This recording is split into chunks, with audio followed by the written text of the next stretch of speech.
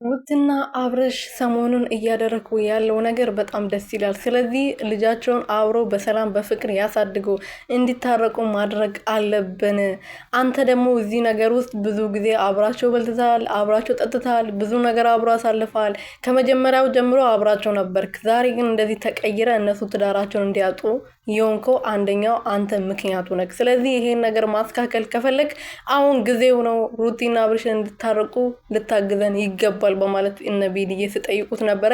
ይሄ ሽንታም ጫታም ግን ሄርሜላ ምን ትሆናለች ይላል። ይሄ ምን ይመስላል? ጆአና ማለት ነው። ሰላም ሰላም ቤተሰብ እንዴት ናችሁ? ደህና ናችሁ ወይ? እኔ ያለው ፈጣሪ የተመሰገነ በያላችሁበት ሰላማችሁ በዘት ተረፍረፍ ይበልልኝ።